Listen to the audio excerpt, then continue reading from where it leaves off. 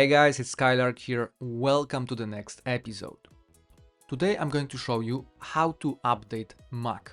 So if you're using iMac, MacBook Pro, MacBook Air or any other system operating on Mac OS, you'll be able to update it after watching this video. So let's start.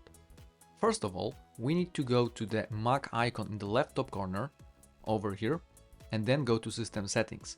If we have any updates available, most likely they will show over here the number of updates that we have available. So simply click over here.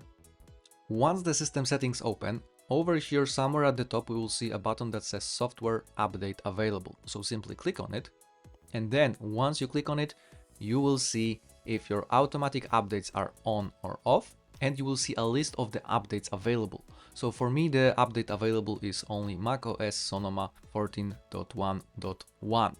And if we click more info, we will see more info about what is this update about. We can click restart now if you want to update Mac right now, or we can click update tonight if we want to update to happen later tonight. So if we click over here, it will ask us to provide the password. So once we provide the password and click OK, the update will be scheduled to happen tonight. It already has our permission to do so. So that's how you can actually schedule the update for later today. And if you click restart now, it will restart right now automatically and begin the update for you.